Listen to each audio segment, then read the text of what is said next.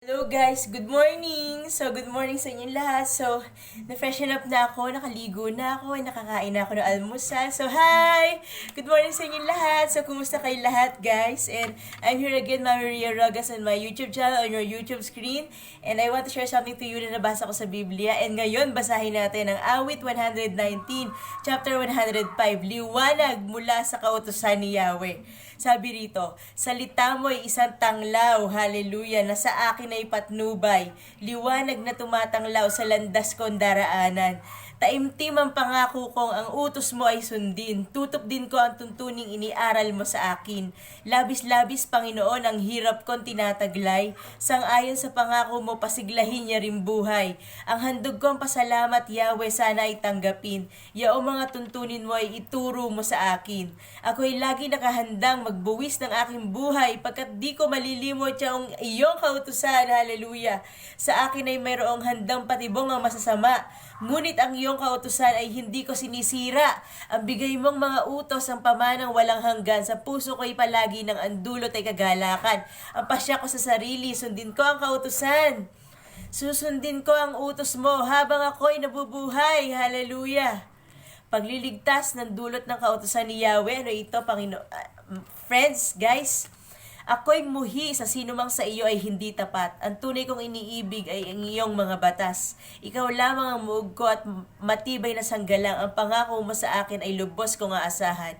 Kung kayong masasama, hayo kayo't ako'y iwan. Pagkat ang utos ni Yahweh ay hindi ko tatalikdan. Correct. Ang lakas ng pangako mo upang ako ay mabuhay, ibigay mo at ang pag-asa ko ay hindi mapaparam. Upang ako ay maligtas, ingatan mo ako, O Diyos. Ang pansin ko ay ipapako sa bigay mong utos. Hallelujah. Ang kalaban ng utos mo ay lubos mong itinatakwil. Ang kanilang panlilinlang ay wala ring sasapitin.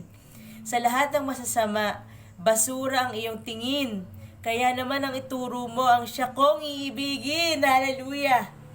Dahil sa iyo, ang damdam ko'y para akong natatakot, ang hatol mong igawad, natatakot akong lubos.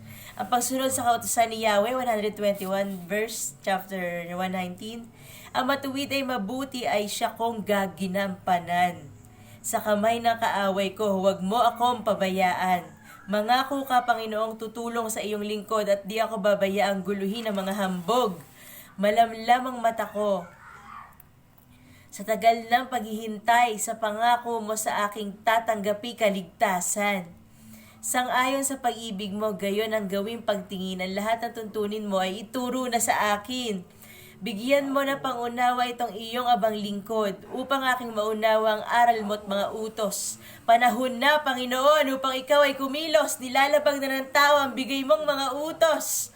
Mahigit pa kaysa ginto pag-ibig ko sa iyong aral. Mahigit pa kaysa gintong binuli at dinalisay. Kaya iyang tuntunin mo ang siya kong sinusunod pagkat ako'y namumuhi sa anumang gawang buktot. Hallelujah! Paghahanga na sundin na kautusan ni Yahweh according to 100 sa verse 129. Lubos akong humahanga sa bigay mong mga turo. Iya'y aking iingatan, susundin ng buong puso. Ang liwanag ng turo mo ay nagsisilbing isang tanglaw, nagbibigay dunong ito sa wala pang karanasan. Hallelujah! Halos humihingal ako dahilan sa kasabikan na ang mata mo'y yaong aking minimithing kautusan.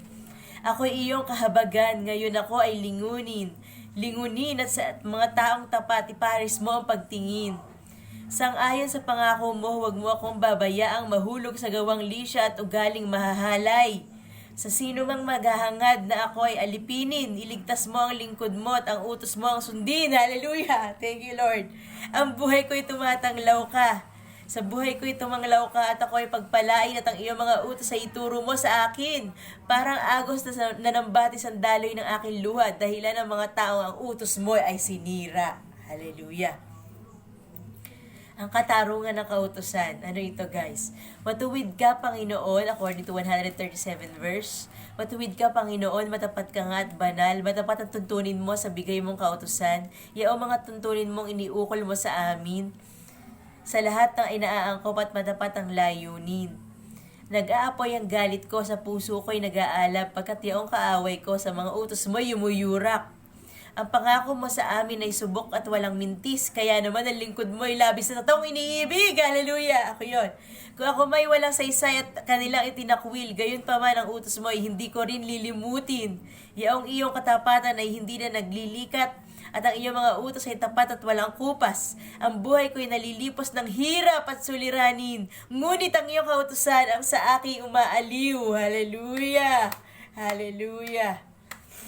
Ang lahat na tutunin mo ay matuwid at walang hanggan. Bigyan ako ng unawa at ako ay mabubuhay. Hallelujah! Thank you, Lord. Salamat po, Panginoon Diyos. So, ito ang dalangin upang tayo maligtas. According to verse 145 of chapter 119 of Awit. Buong puso tumatawag itong iyong abang lingkod. Ako ay iyong dinggin, Yahweh, at susundin ko ang iyong utos. Tumatawag ako, Yahweh, sa iyo ay dumaraing. Iligtas mo ako ngayon. Ang utos mo ay aking susundin. Madilim pa ang lingkod mo ay gising na tumatawag. Sa pangako mong iniwan, pag-asa ko ay nakaglagak. Hindi ako makatulog, magdamag ay laging gising. Dati yon. At ang aking binubulay ay ang ibigay mong aralin. Hallelujah. Ako'y dinggin mo, o Yahweh, ay ayon sa iyong pag-ibig. Iligtas mo ang buhay ko. Yamang ako, ikaw ay matuwid. Palapit na ng palapit ang sa aking umuusig. Ang mga taong walang galang sa utos mong sinulit. Ngunit ikaw, Panginoon, ay malapit sa piling ko. Hallelujah.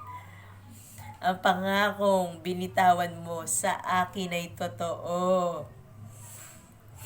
Iyang mga tuntunin mo ay matagal ng aking talos. Ang utos na ginawa mo ay walang hanggang mga utos. So guys, kung babasahin natin ang chapter 119 ng Awit, so marami ito. So marami tayong matututunan, guys. Marami tayong malalaman. Maraming may bibigay na insight ang Diyos sa atin para magamit natin sa buhay natin sa araw-araw.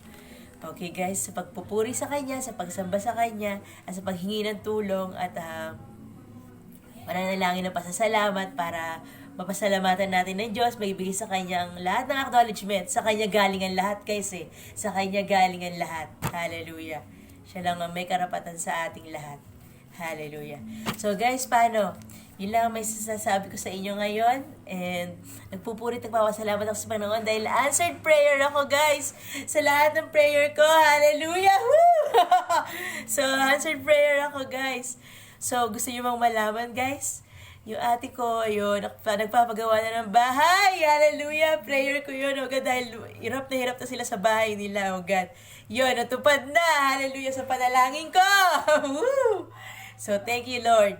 Hallelujah. Salamat po sa iyo ko binibigay lahat ng mataas na papurit pa sa salamat. Hallelujah. At pagsamba. Salamat po, Panginoon Diyos. At ito ako ngayon. Ako'y paos, malat. So, magpupuri sa Diyos. Hallelujah. And, nga pala, meron tayong isang kapatirang namatay na, yumao na, at nasa langit na, sa piling ng ating Diyos, si Tatay Jess Rason, ang paring susing ng tatay ko. So, nasa langit na rin siya, guys. Kinuha na siya ng Panginoon. Tapos na ang kanya pagbabaka dito sa mundong ito, nagawa niya na ang lahat ng paglilingkod na nagawa niya. Ayon sa ating Panginoon. And nagawa niya ng lahat. So, tapos na ang kanyang mission dito sa earth bilang anak ng Diyos. And tuwan-tuwa kami mga anak niya at mga kamag-anak niya, mga pamilya niya. Naroon niya sa langit, hindi na siya mas nahihirapan. Nagpahinga na siya at wala nang kalungkutan. Oh guys, thank you Lord. Salamat po, Panginoong Diyos. And guys, so nailibing na siya kahapon, last day. So, thank you, Father God. Maayos po nangyari ang lahat. And hindi na kapanaig ang kaaway, cause alam mo nangyari? Ang nangyari, naibahagi namin sa lahat ng taong taga rito sa amin ang tungkol sa biyayang galing sa Panginoong Diyos. Ang grace and mercy ng Diyos na hindi kukupas, ang awat grasya at kagandahang loob ng Diyos ang namutawi sa mga tao. Hallelujah. Na born again lahat. Hallelujah. Ng mga nakiramay. Hallelujah. So, ginamit ng Diyos ang lamay pa ng ating kapatid para para makaminister tayo sa mga tao, makilala nila ang Diyos nating sinasamba, ang Panginoong Jesus. Hallelujah! So, binabalik ko ang lahat ng matamis na papurit, pagsamba at pasasalamat sa ating Panginoong Diyos. Hallelujah, Father God on earth, on heaven. Thank you so God. Salamat po sa lahat ng bagay. Sa lahat ng blessings mo sa aming lahat ng mga anak mo. And nakauwi na yung best friend ko. So, nami-miss na siya ng kanyang mga anak dito sa Philippines. So, galing siya ng Qatar. So, hello.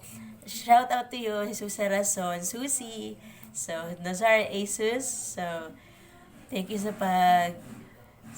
for being my friend, sa pagiging kaibigan mo sa akin. Salamat. Hindi ka nagbago kahit kailan.